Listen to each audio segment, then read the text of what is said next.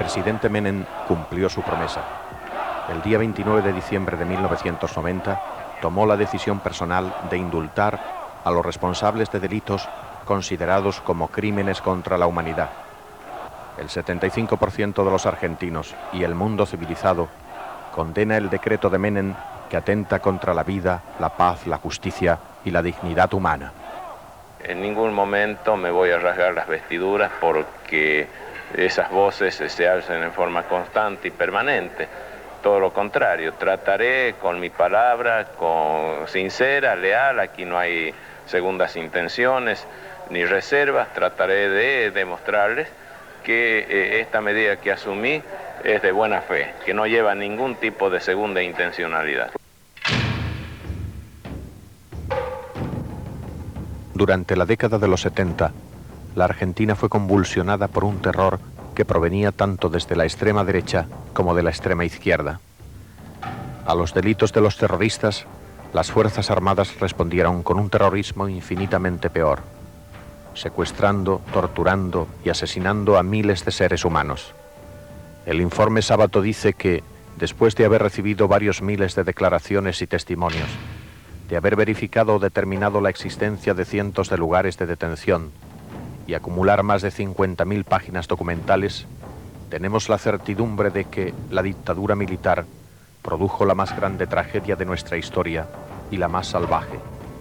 Los derechos humanos fueron violados en forma orgánica y estatal por la represión de las Fuerzas Armadas. Y se comenzaban a oír los gritos desgarradores realmente. Creo que nunca más voy a poder olvidar. Los métodos de tortura que se usaban eran muchos, esencialmente picana. Yo hasta ese momento no sabía lo que era una picana, pero bueno, ahora lo sé. Pero también golpes en la cabeza, golpes en los pies, golpes en todo el cuerpo. En ese lugar me encontré con 4 mujeres más que estaban en las mismas condiciones que yo. En los días siguientes, creo que fue el 8 de febrero, oí que traían a una persona que la voz me resultó muy conocida. Se trataba de Jorge Bonafini. Había sido alumno mío en la facultad. Durante 4 años fue alumno mío, un alumno brillante, de 10 absoluto de promedio. Lo torturaron durante 3 días seguidos. También llegó Patricia Uchansky de Simon. Oímos cuando la traían, oímos su nombre cuando la torturaban, oímos sus torturas y luego la trajeron al calabozo nuestro.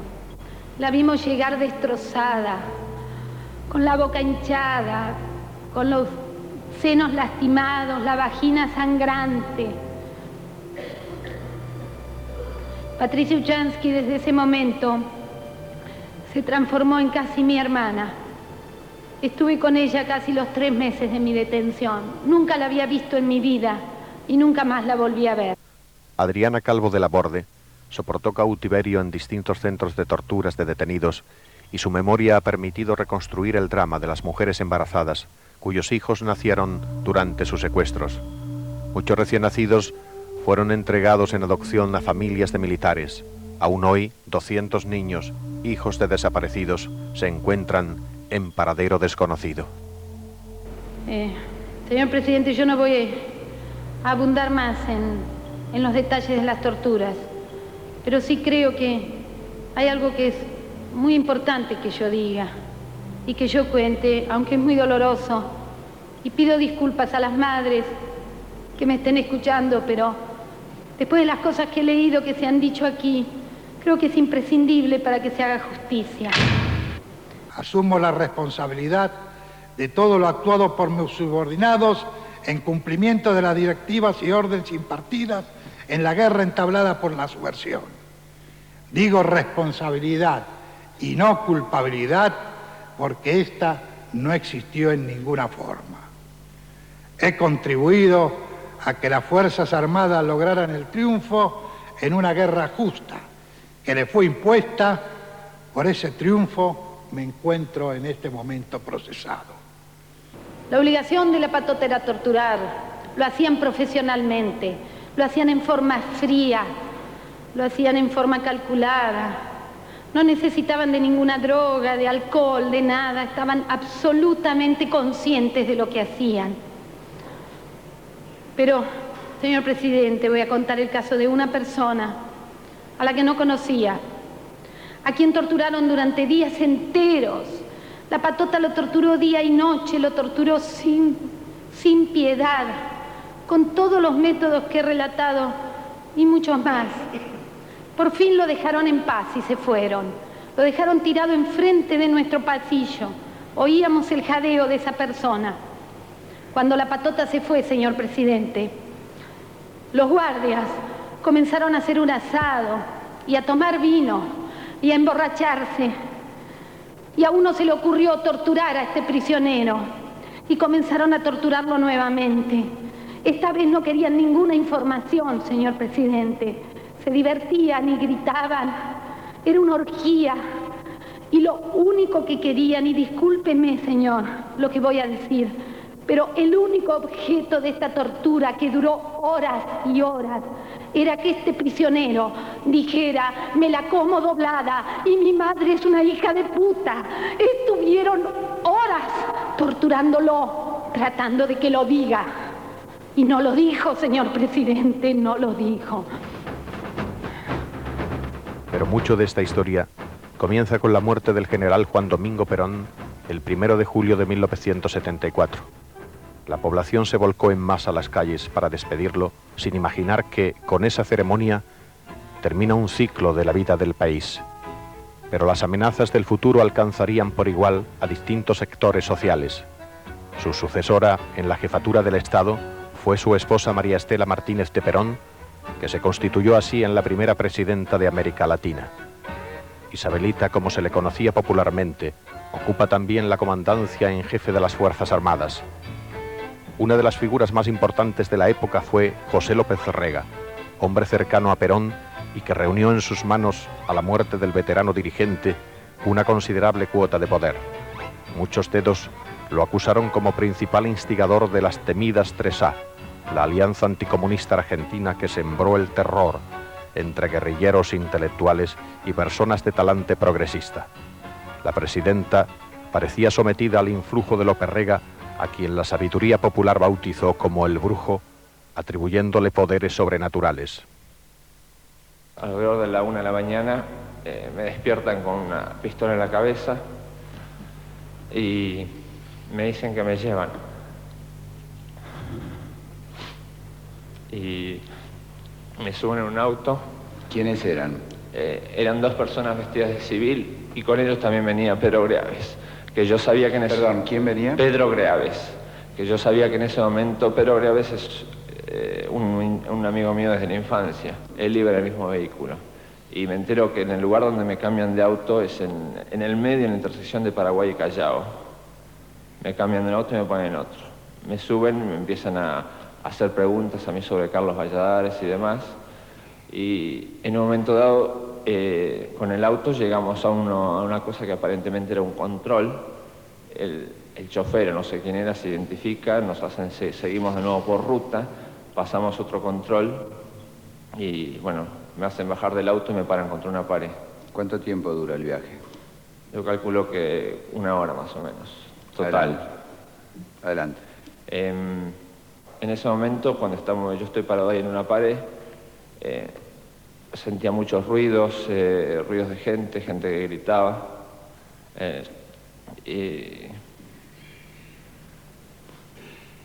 Pasa una persona, me pega un golpe a mí, le pega un golpe al lado a otra persona. En un momento dado me alejan a mí del grupo y me dicen que al que toca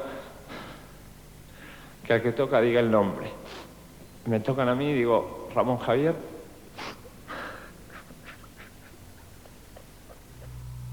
Todos caían en la redada.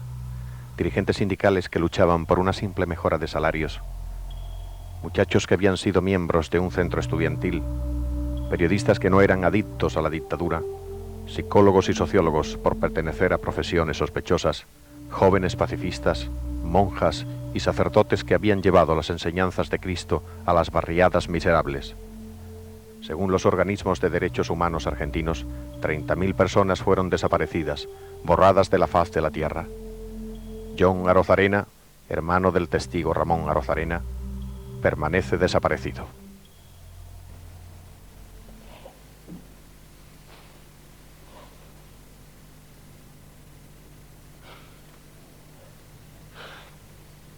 Tocan a otra persona que está al lado mío y dice John, que era mi hermano. ¿Era la voz de su hermano? Sí, seguro. ¿Qué pasó después? Nos separan.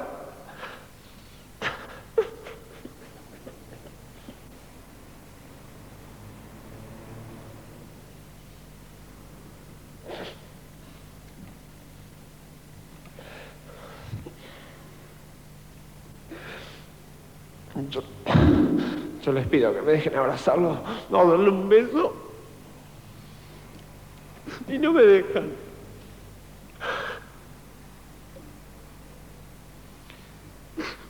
¿Lo llevaron enseguida hacia otro lugar a usted, doctor? Sí. Me llevaron a otro lugar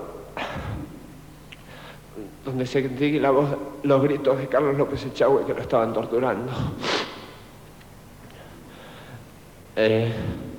Después de eso, al rato, me suben nuevamente en el auto y me llevan hasta... en un momento dado paramos el auto, subimos a... O sea, después me doy cuenta que es mi casa, o sea, me sacan la capucha en mi cuarto nuevamente. ¿Qué hora era? Las 6 de la mañana, más o menos. Adelante. Me sacan la capucha nuevamente y me dicen que, bueno, que no había pasado nada, y bueno, que de esto no tenía que contar nada y nada más, ¿no? Me robaron también en ese momento el reloj.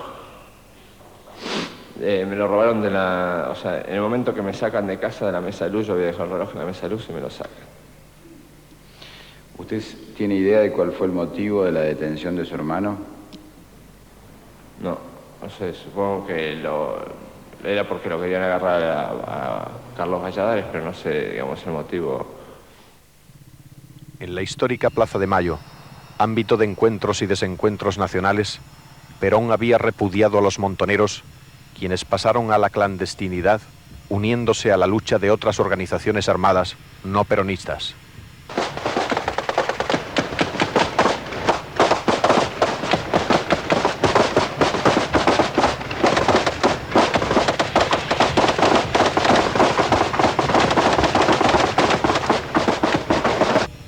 Señores jueces de Cámara, no podréis fallar si olvidáis el contexto histórico que en definitiva generó la situación que ahora os toca juzgar. En la Argentina existió indudablemente una guerra.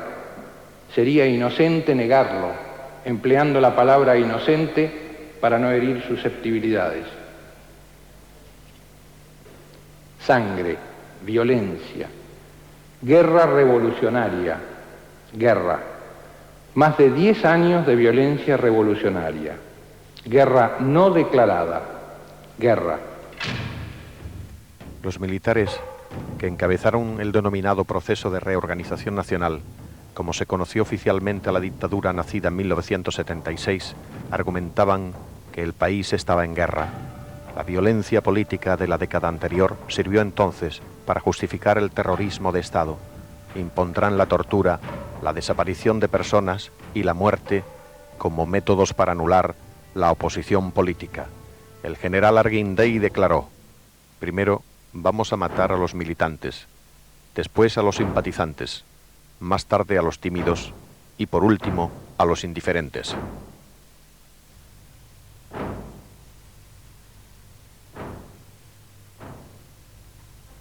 Primero se llevaron a los de izquierda, pero a mí no me importó porque yo no lo